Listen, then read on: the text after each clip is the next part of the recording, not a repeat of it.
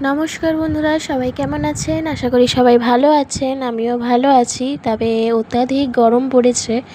তো গরমে আপনারা কেমন আছেন সেটা জানাবেন আমাকে। যেটা জানালেও আমার কিছু করার নেই, তাও জানাবেন। তো সেদিনকে বড়মশাইয়ের ছুটি ছিল, শনিবার ছিল।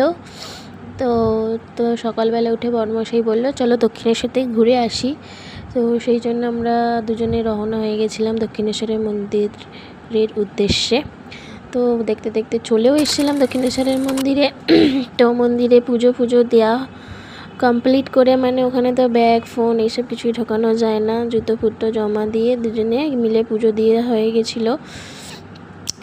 পুজো দিয়ে বেরিয়ে এসে একটুখানি ছবি তুললাম, আশপাশটা ঘুরলাম। ঘুরবো কি, এত গরম ছিল, অবস্থা পুরো খারাপ, বাপ রে বাপ। তারপরে সেই গঙ্গার ধারে গিয়ে একটু দাঁড়িয়েছিলাম। গঙ্গার ধারে আসতে একটু হাওয়া লাগতে বেশ ভালো লাগছিল, আর জায়গাটা বেশ ভালো লাগছিল গঙ্গার ধারে দাঁড়িয়ে, হাওয়া আসছিলো বলে। তো দক্ষিণেশ্বরে যখনই যাই একটু ওই মেলা থেকে পাপড়ি চাট খেয়েছিলাম, আর আলু কাবলিও খেয়েছিলাম। দক্ষিণেশ্বরে যখনই যাই আলু কাবলি আমি খাই, এখানে আলু কাবলিটা খুব টেস্টি লাগে আমার। তো ওখান থেকে আদ্যাপীঠে চলে গেছিলাম। তো আমি আলু কাবলি পাপড়ি চাট খেয়েছিলাম বলে তো আদ্যা মায়ের প্রসাদ খাইনি, পেট ভার ছিল বলে। বড়মশাই এসেছিল আদ্যাপীঠে টিকিট কেটে আদ্যা মায়ের ভোগ খেতে। তো আমি একা আশপাশটা ঘুরছিলাম। তো বেলুড় মঠে যাবো এরপরে। দক্ষিণেশ্বরেও খুব ভিড় ছিল, আদ্যাপীঠেও প্রচণ্ড ভিড় ছিল। তো যেখানটা করে ভোগ খাওয়ানো হয় ওখানটা গিয়ে আমি একটু ভিডিও করছিলাম। ভিডিও করতে করতে দেখলাম বড়মশাই খেয়ে দিয়ে বেরোচ্ছে।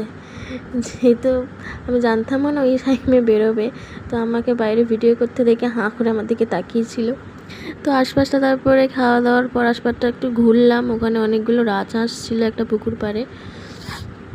তারপর আদ্যা মায়ের মন্দিরের সামনে একটু দুজনে বসেছিলাম পাখার নিচে। এত গরম ছিল, পারছিলাম না, বাপ রে বাপ। তারপরে আবার গঙ্গাঘাটে চলে এসেছিলাম লঞ্চে করে বেলুড় মঠে যাবো বলে। তো ওখানে লঞ্চ ঘাটেও অত্যাধিক লাইন পড়ে গেছিলো। তো গঙ্গার ধারে দাঁড়িয়ে একটু ছবি তুলছিলাম, তখনও লঞ্চ আসেনি বলে।